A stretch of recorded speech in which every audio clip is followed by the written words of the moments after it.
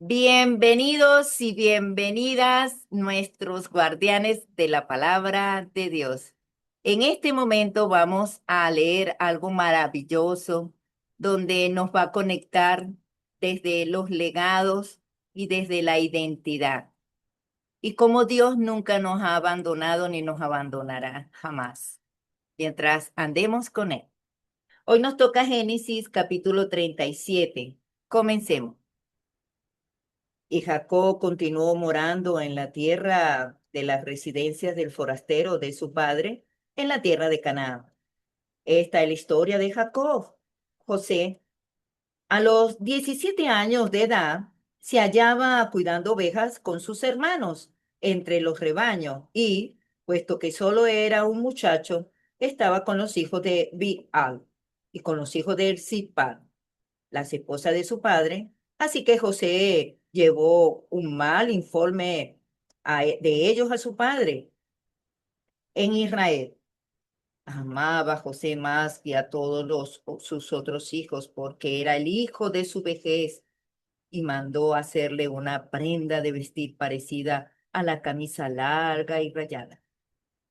Cuando sus hermanos llegaron a ver que su padre lo amaba más que a todos sus hermanos, empezaron a odiarlo y no podían hablarle pacíficamente. Más tarde, José tuvo un sueño y lo refirió a sus hermanos, y ellos hallaron más razón para odiarlo. Y pasó a decirle: escuchen, por favor, este sueño que he soñado. Resulta, pues, que estábamos atando gavillas en medio del campo, y cuando sucedió que mi gavilla se levantó y también quedó enhierta, y sucedió que las gavillas de ustedes procedieron a rodear mi gavilla y a inclinarse ante ella. Y sus hermanos empezaron a decirle: ¿vas a ser rey sobre nosotros, de seguro? ¿O vas a dominar entre nosotros de seguro? Así que hallaron nueva razón para odiarlo por sus sueños y por sus palabras. Después, todavía tuvo otro sueño y lo contó a sus hermanos y dijo: miren, que otra vez he tenido un sueño y resulta que el sol y la luna y 11 estrellas estaban inclinándose ante mí. Entonces lo contó a su padre, así como a sus hermanos. Y su padre empezó a reprenderlo y a decirle: ¿qué significa este sueño que has soñado? ¿Acaso yo también, y tu madre y tus hermanos, vamos a venir de seguro a inclinarnos a la tierra ante ti? Y sus hermanos se pusieron celosos de él. Pero su padre observó el dicho. Llegó sus hermanos, luego sus hermanos fueron a apacentar el rebaño de su padre cerca de Siquem. Poco después Israel dijo a José: ¿no están tus hermanos cuidando rebaños cerca de Siquem? Ve y déjame enviarte a ellos. Ante esto él le dijo: aquí estoy. De modo que le dijo: anda, por favor, y ve si tus hermanos están sanos y salvos, y si el rebaño está sano y salvo, y tráeme palabra de vuelta. Con eso le envió de la llanura baja de Hebrón, y él prosiguió hacia Siquem. Más tarde lo halló un hombre, y sucedía que andaba errante en un campo. Entonces el hombre le preguntó, diciendo: ¿qué estás buscando? Ante él dijo: esos mis hermanos a quienes estoy buscando. Infórmame, por favor, ¿dónde están cuidando el rebaño? Y el hombre continuó: han partido de aquí donde les oí decir, vamos a Dotán. De modo que José siguió tras sus hermanos y los halló en Dotán. Ahora bien, ellos alcanzaron a verlo de lejos y antes que llegaran cerca de ellos, se pusieron a maquinar astutamente contra él para darle muerte. De modo que se dijeron unos a otros, miren, ahí viene el soñador. Y ahora vengan y matémoslos y arrojémoslos en una de las cisternas. Y tenemos que decir que una feroz bestia salvaje lo devoró. Entonces veremos en qué vendrá a parar sus sueños. Cuando Rubén oyó esto, trató de librarlo de las manos de ellos. Por eso dijo, no, iramos mortalmente su alma. Y Rubén pasó a decirle, no hubiera sangre, arrójenlo en esta cisterna que está en el desierto y no pongan sobre él mano violenta. Era su propósito librarlo de la mano de ellos a fin de devolverlo a su padre. De modo que aconteció que, en cuanto José llegó a sus hermanos, estos se pusieron a quitar a José su prenda de vestir de larga, sí, la larga prenda de vestir rayada que llevaba puesta. Después de eso, lo tomaron y lo arrojaron en la cisterna. En aquella ocasión, la cisterna estaba vacía y no había agua en ella. Entonces se sentaron a comer pan. Cuando alzaron los ojos, miraron pues aquí venía de Galaad una caravana de ismaelita y sus camellos iban cargados de ladano, bálsamo y cáscara resinosa e iban bajando para llevarlo a Egipto.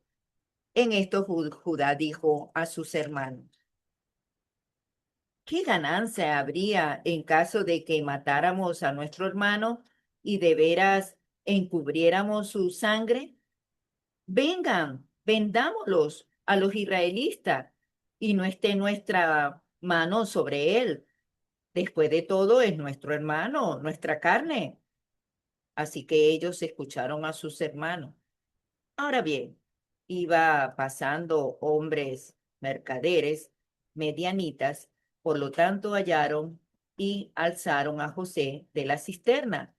Y entonces vendieron a José a los israelitas por 20 piezas de plata.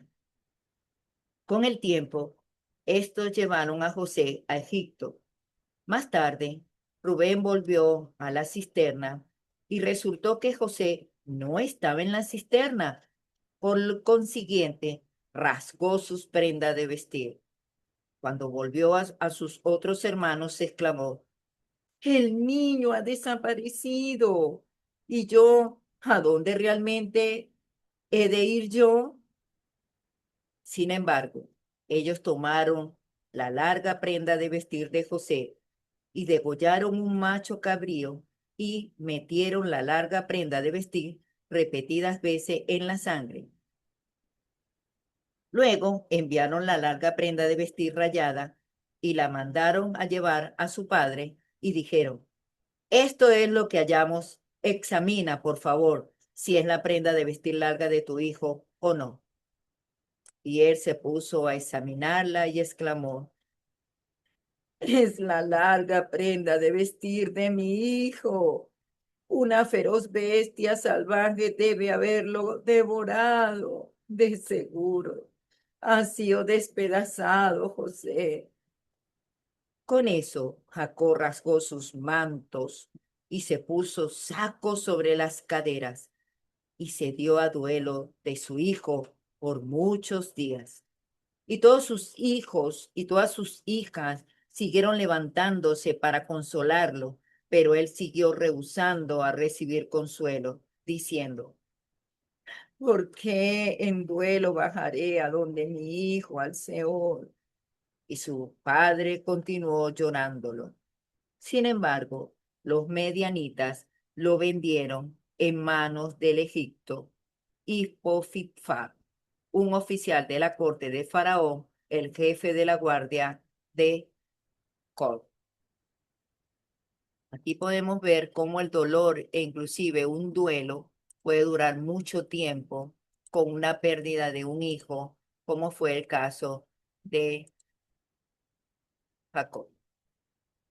Aquí vamos a ver en este maravilloso espacio cómo Génesis 37 reúne la emoción que dura un minuto. En este caso, una decisión tomada desde la emoción puede dejar consecuencias durante años. Este caso que pongo aquí viene siendo la reflexión de, de este Israel cuando él le dijo, José, padre, literalmente soñé que prácticamente estaba diciendo lo que estaba soñando con ellos y ellos se estaban arrodillando delante de él y ellos no querían aceptar eso. Entonces, la reflexión tanto del padre lo guardó en su corazón. En el corazón tenemos 40.000 neuronas. Hay una reflexión ahí. Pero también José se reflexionó porque el sueño, aquí lo vemos también a él. O sea, ahí vemos como doble reflexión. Si fuera Israel, su padre, reflexionando en su corazón, qué es lo que soñó mi hijo. Y si fuera José, reflexionando hacia los cielos, qué fue lo que soñé. Entonces, la corteza prefrontal del cerebro analiza y discierne con sabiduría cuál es el propósito, en qué ando, hacia dónde voy. Y aquí vemos que se dejó guiar José. Entonces, ¿existe la envidia? Sí, existe la envidia. En este caso la tenían los hermanos que le tenían mucha envidia porque su padre lo amaba mucho a José. Y estas emociones intensas pueden nublar la corteza prefrontal para la persona poder reflexionar con sabiduría. Estaban bajo el cerebro reptil. Todo lo que veían se les activaba. Ahora, tanto que llevaron a una planeación de poderlo matar. El propósito, cuando el propósito tiene claridad, identidad, no siempre recibirá la aceptación de las personas si la tenemos clara. Por eso es que tenemos que tomar decisiones drásticas, aunque uno esté perdiendo, por llamarlo así, perdiendo situaciones del pasado, materiales, familia, inclusive. Tenemos que movernos hacia adelante, porque tenemos que estar bajo el propósito de Dios y la dirección de Él. Entonces, en ese propósito necesitamos discernimiento que se encuentra en la corteza prefrontal. Necesitamos ser íntegros y esperar el tiempo de la bendición que a todos nos llega. A todos nos llega una bendición. No acelerar los tiempos. La pregunta es, ¿estoy tomando mis decisiones desde el propósito de Dios que ha puesto en mi vida o desde la necesidad de que otros me puedan aprobar mi camino?